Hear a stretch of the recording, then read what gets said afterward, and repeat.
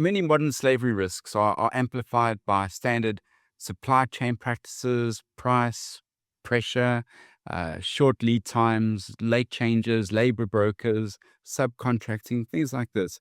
So, if a CEO changed just two or three supply chain or procurement practices this year, which would most reduce the exploitation risk? And also, at the same time, improving resilience and cost of service and, brand reputation, things like that. There's one thing I could get CEOs to do.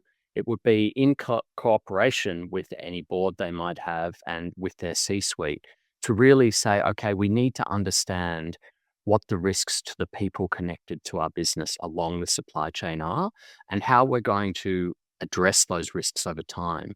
And the short answer is very likely in most supply chains to be we can't address this on our own. Not just because there may be government actors that are involved at some point that need to enforce appropriate standards, but because simply an individual firm's market power may not be adequate to negotiate with suppliers to change their business practices.